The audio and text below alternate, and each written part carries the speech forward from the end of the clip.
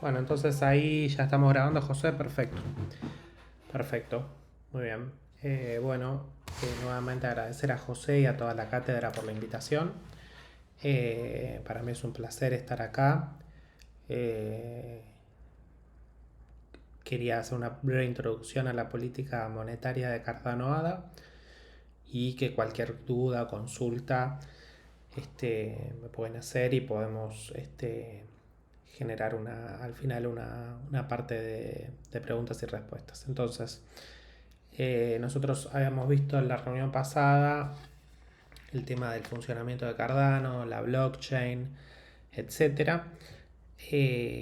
Ustedes saben que hay un evento en Bitcoin que es el halving de Bitcoin, que es que cada 4 años se reduce a la mitad el pago a los mineros con Bitcoin. Bien, entonces esto durante los primeros 4 años.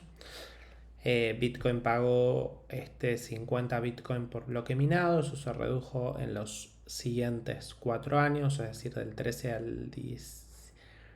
12 al 16, se redujo a 25 Bitcoins.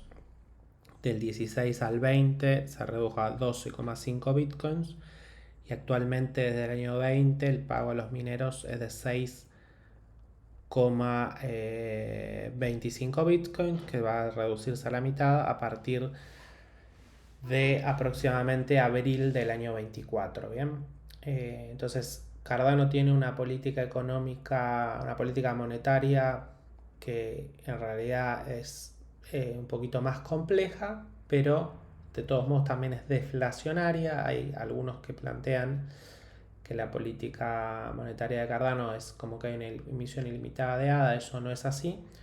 Hay un máximo de 45 billones y hay una serie de reglas para generar en realidad una inflación, porque se va creando más monedas, pero esa inflación va siendo de manera decreciente. Entonces vamos a pasar. Cardano está entrando, habíamos visto la vez pasada también el tema del roadmap de Cardano con las distintas eras. Actualmente está entrando en la era Voltaire, que es la era de la gobernanza descentralizada. Lo que pretende Cardano es acceder a una descentralización de dos cosas fundamentalmente. Por un lado de la tesorería, pero también del protocolo de consenso. Es decir, hay dos cosas que se pueden gobernar dentro de una blockchain, que son código, o sea, protocolos, y también recursos económicos, y en este caso la tesorería de Cardano. Entonces, Voltaire acá lo que incluye son sistemas descentralizados. Voltaire es ahora, ya hay. Cardano tiene una cosa que se llaman CIP, que son Cardano Improvement Proposals, que es decir, Bitcoin es totalmente descentralizado. Siempre comparo con Bitcoin porque es la primera blockchain y porque es la más importante. La centralidad de Bitcoin y la dominancia de Bitcoin es de cerca del 50% de la economía cripto en su totalidad. Entonces, por eso siempre se efectúa la comparación con Bitcoin, ¿no? Bitcoin es totalmente descentralizado, es decir, no hay nadie que controle el funcionamiento de la red de Bitcoin, que pueda introducir cambios, que pueda introducir cambios en el mecanismo de consenso, en el protocolo y demás, pero eso lo que hace es que en realidad no hay cambios en Bitcoin. O sea, Bitcoin va a seguir con este mecanismo de consenso, con este mecanismo de validación de bloques, con esta emisión máxima, con esta tasa de emisión, tal como es, enviando y recibiendo bitcoins por mucho tiempo. Y después los protocolos que sí han introducido mejoras, como por ejemplo Ethereum, el cambio de prueba de trabajo a prueba de participación, u otras mejoras en otros protocolos. Esas mejoras no incluyen un debate democrático en torno a la comunidad con mecanismos institucionales de gobernanza descentralizada mediante las cuales se puedan implementar esas mejoras. Entonces lo que trata Voltaire de hacer en Cardano es, por un lado, tener una blockchain que permita introducir mejoras, porque seguramente dentro de 10 años, dentro de 20 o dentro de 80 años, Cardano no puede seguir como lo que es ahora, sino tiene que evolucionar y se tienen que introducir cambios dentro del protocolo, pero esos cambios tienen que ser mediante mecanismos de gobernanza descentralizada. Eso es lo que estaba previsto en el roadmap de Cardano y es lo que se está implementando ahora, ¿bien?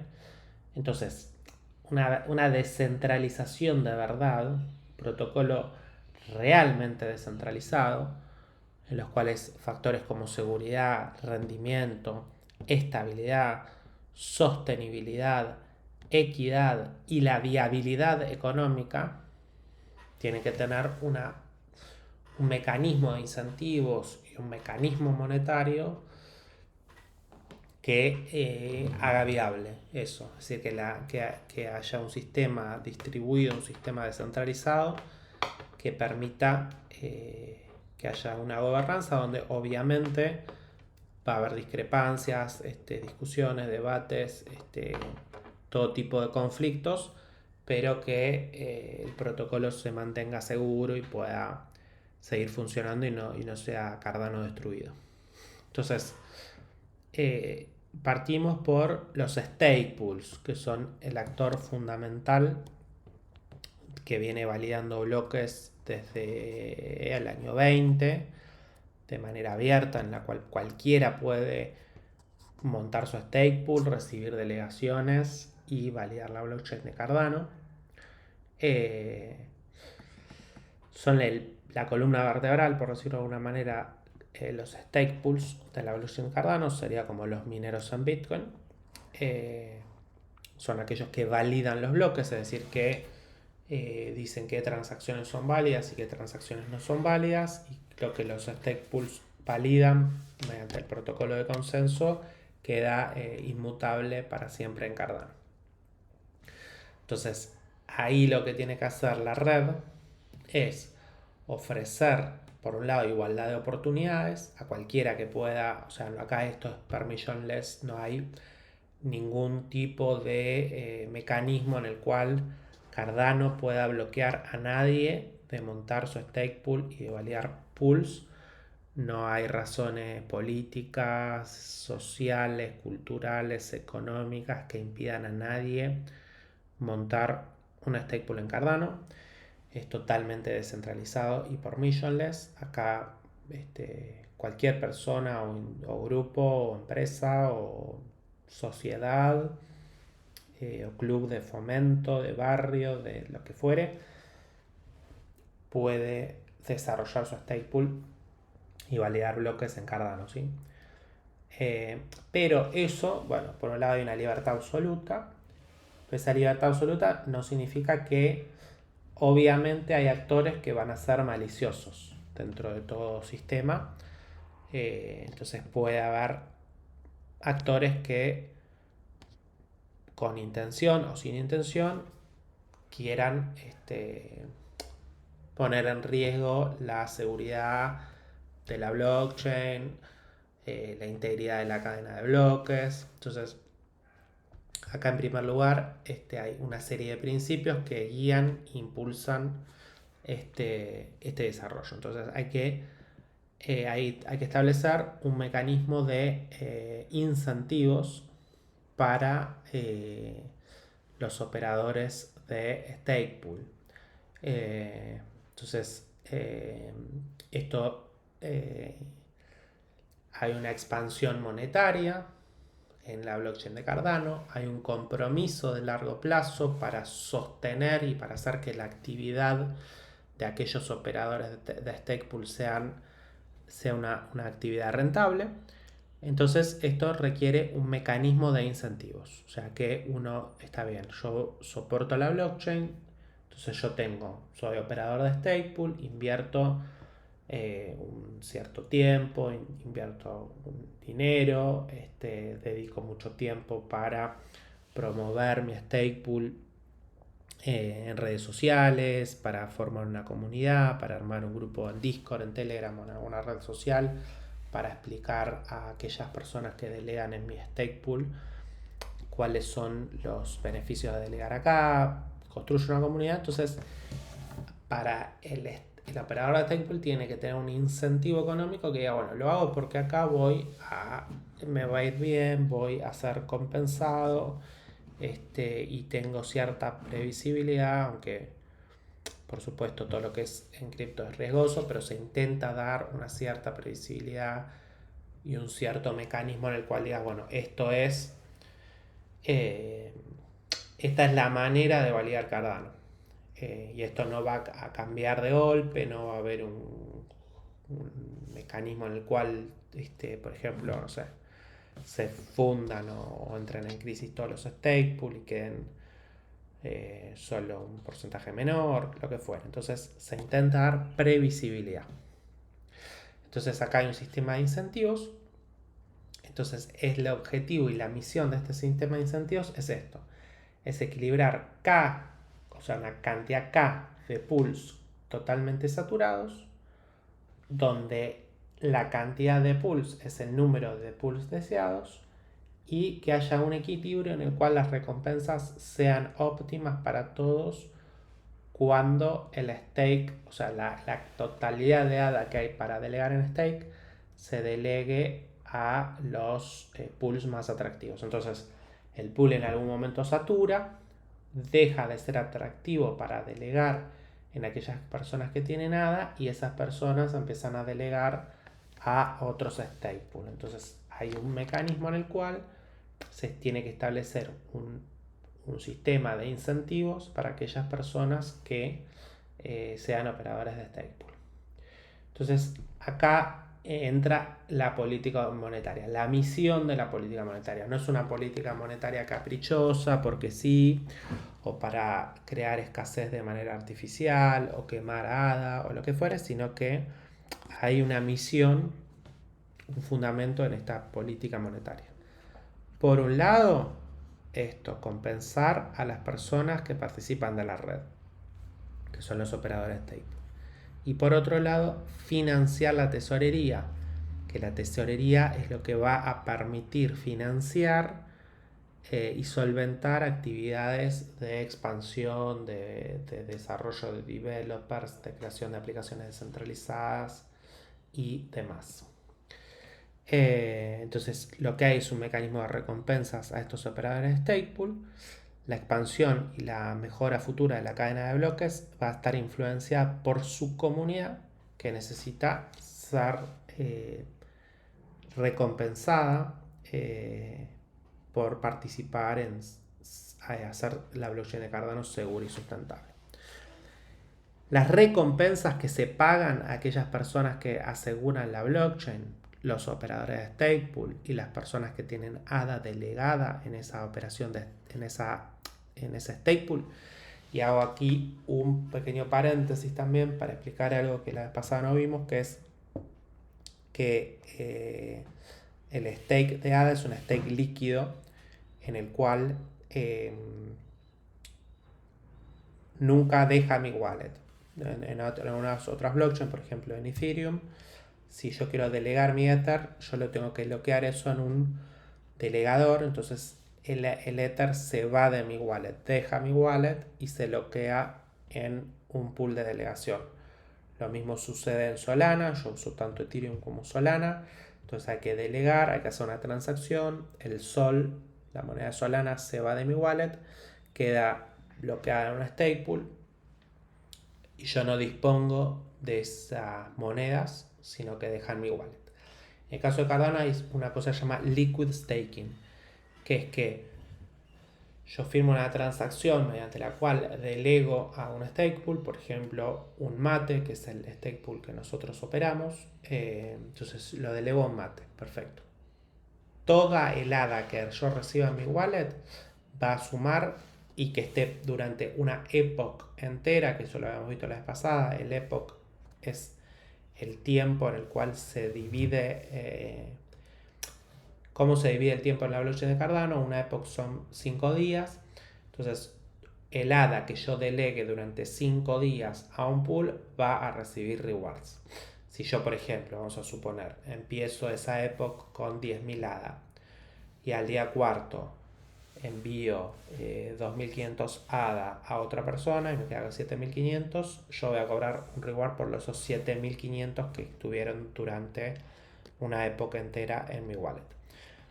Y al recibir, eso suma a mi delegación y siempre recibo transacciones de ese stake pool. Se puede delegar a un único stake pool.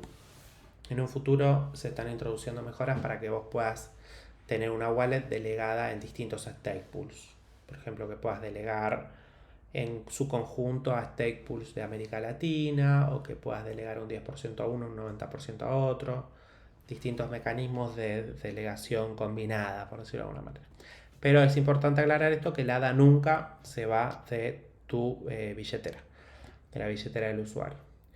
Entonces hay dos fuentes de recaudación, por decirlo de alguna manera, de sustentar las recompensas. Por un lado, comisiones de transacción.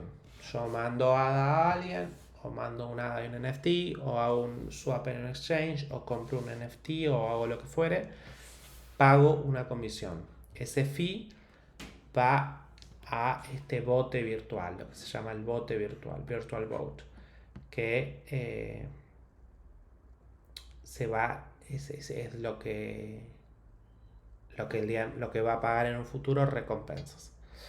Y después, por otro lado, una expansión monetaria, que es T, que es como del ADA que todavía no, que lo vamos a ver en los gráficos del final de la clase, el ADA que no fue todavía emitido se va expandiendo. Bueno, el sistema está diseñado para garantizar que la parte de las recompensas que procede de las reservas sea alta al principio, y cuando el número de transacciones es todavía bajo. Esto lo que hace incentiva a los primeros en adoptar el sistema a actuar con rapidez para beneficiarse de las recompensas iniciales altas. Con el tiempo y a medida que aumente el número de transacciones, las comisiones adicionales compensarán unas reservas menores. Similar a Bitcoin, que emite el 50% de los BTC en los primeros 4 años, el 25% en los siguientes 4 años, el 12,5% en los segundos 4 años, y así sucesivamente hasta que se va a emitir muy poca cantidad al final, y hasta que se agotan los bitcoins en el año aproximadamente 2140 según los cálculos. Este mecanismo también garantiza que las recompensas sean predecibles y que no varían drásticamente. O sea, las primeras personas que entraron a Cardano, que empezaron con los stake pool, que participaron de la red al principio, recibieron altas cantidades de ADA por validar la blockchain en un momento crítico que era el comienzo. Todavía siguen siendo altos los rewards y eso va cayendo gradualmente. Entonces hay cierta previsibilidad. No es que el año que viene se acaban los rewards y los stake pool no saben cómo sobrevivir, ¿no?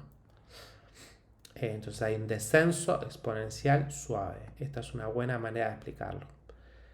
Una linda definición.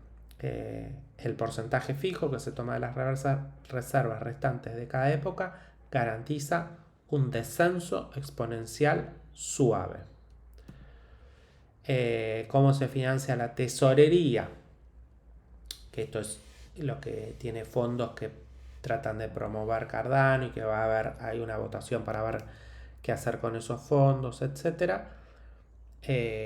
Y es necesario que siempre haya fondos en la tesorería.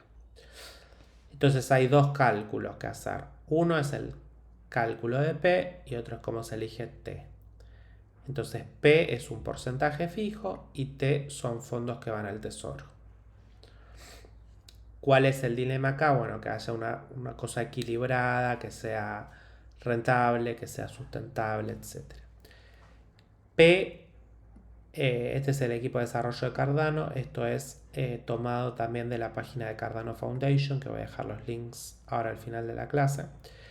El equipo se enfrenta a un dilema, que es un valor más alto y significaría inicialmente mayores recompensas para todos. La tesorería se llenaría más rápido, pero los valores más altos de P también significa que las reservas se agotan más rápido. Bien, entonces si pagas recompensas altas e incentivas a los primeros en adoptarlas, es crucial, pero también es importante ofrecer una perspectiva de largo plazo para todos. Entonces la solución a este dilema requiere un compromiso entre dos cuestiones. Por un lado, hacer atractivo para los early adopters de esta tecnología o para los que validan la red desde un principio, y después por otro lado, hacerlo sustentable en el largo plazo. Entonces, adoptar un enfoque de decaimiento exponencial que evite que la reserva de Cardano se agote tiene sentido en esta situación. Entonces, lo que se calcula es la vida media de la reserva, o sea, cuánto tiempo tarda en agotarse la mitad de la reserva. O sea, si hay 1000 ADA en la reserva, por la tasa de emisión, ¿cuánto tiempo tardamos en agotar 500 ADA en la reserva, la mitad de la reserva? Se visualiza el impacto de elegir un valor específico de P por sobre otro. Entonces, por eso se eligió 0.3%. Estas proyecciones matemáticas muestran que un valor de P, que es el porcentaje fijo de ADA que va al bote virtual de cada epoch, del 3%, supone una vida media de la reserva de 4 a 5 años. En términos sencillos, solo la mitad de la reserva restante se utilizaría cada 4 o 5 años. La reserva es todavía el ADA que no está en circulación. Hay casi el 75% del ADA está ya en circulación y el 25% no está emitido, está en reserva. Entonces, para que siga habiendo un flujo de ADA y siga habiendo una inflación, aunque vaya siendo cada vez menor, se establece que lo que va al bote este es el 0.3% de lo que hay en la reserva. Y eso da que se gasta la mitad de la reserva cada entre 4 y 5 años. Bien. Ahora al final hay gráficos que explican un poquito mejor esto. Y después cómo se elige T, que es el porcentaje de las recompensas que va automáticamente a las reservas. También es difícil. Luego de ciertas discusiones, deliberaciones y proyecciones, el valor elegido es el 20%. Entonces el 20% de la expansión monetaria de las comisiones de la transacción se envían a la tesorería. Hay, por ejemplo, pagos a stake pool, etcétera, no sé qué, transacciones. Bueno, todo ese 20% de rewards y de circulación va a parar a el treasury de Cardano. Acá vemos entonces, empezamos con los gráficos. Esta es la tasa de emisión. Estos son los staking rewards. Ya esto fue todo lo que fue emitido en ventas, para la comunidad, en venta abierta, para el tesoro de Cardano. Es este el tesoro. Estos son los staking rewards. Esto es lo que está en la community, el que está en poder de la comunidad, pues fue vendido. Esto es la Cardano Foundation, esta línea que vemos acá. Esto que vemos acá es IOG y esto es Emurgo, que son 5 billones de ADA, que es un 20% del total que fue vendido en una venta abierta. Se distribuyeron entre estas tres entidades fundadoras. Está acá. Del supply inicial de Cardano, el 30% quedó en reserva. No sé si ustedes pueden verlo. Ahí está. El 30% está en la reserva. El 1. Acá fue la venta abierta el 57%. De este 57%, un 10% del total, que es un 20% aproximadamente, un 15 o un 20% de lo que se vendió, va a las entidades fundadoras. 5.5% a IOG, 4.6% de Emurgo y 1.4% a Cardano Foundation, que es esto. Emurgo, IOG, Cardano Foundation. Esto es la venta y lo que ya fue emitido para el 2020. Entonces, desde el 2020, esto es cómo se va aplanando la curva de emisión del staking reward y cómo se va aplanando la curva también de lo que va habiendo en el Treasury de Cardano. Acá también está la distribución actual de Cardano, donde ya fue, fíjate que la reserva fue emitido un 6% del total, o sea, decayó un 20% la reserva de Cardano y pasó a haber 24.4% en reserva y 1.7% en el Treasury de Cardano, que no existía el Treasury de Cardano en la emisión inicial. Entonces la distribución del bloque Génesis se vendió a los inversores, casi 26 billones de ADA, y el equivalente al 20% de esa cantidad, que es 5 billones de ADA, se distribuyó entre las tres entidades principales. Acá está, bueno, esto es una cosa que hicieron lo del Stake Pool Lega, muy interesante, no sé si pueden verlo, cómo disminuye los rewards de 3.3 billones que hay en rewards en el año 21, va a caer a 26 millones en el año 42. Y acá vemos la caída en los rewards. Como hay una caída exponencial, un soft landing exponencial. Y cómo cae las reservas en la primera época de cada año. Estos son los rewards que paga nada y estas son las reservas, es decir, lo que queda en las reservas para ser emitido. En el año 21, a la primera época del año, había 12 mil millones de ADA para ser emitidos. Para el 5 de enero del año 23 eran 8.800 millones para ser emitidos y así sucesivamente hasta que, por ejemplo, en el 30 va a haber menos de 2 billones de ADA por emitir y va disminuyendo, y en el 42 va a haber 136 millones sobre un total de 45 billones que quedan en las reservas. Así que bueno, gracias, y ahora estoy para preguntas.